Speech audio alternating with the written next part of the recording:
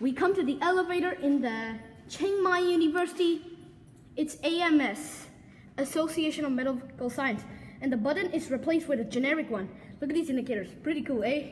Let's go. We're going up with this one. Let's have a cab view here. Oh my God, it's grottier. We can head to the 10th floor. And here we go.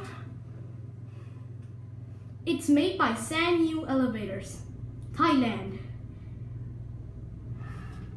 What I like, this indicator is pretty cool.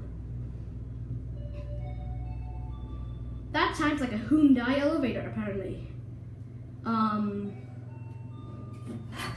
Let's head back to 2nd floor.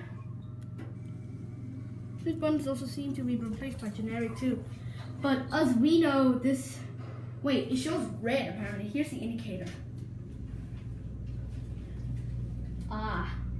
I like this indicator. It's pretty cool because you can see it was definitely made by some elevator manufacturers who collaborated with Sanyu.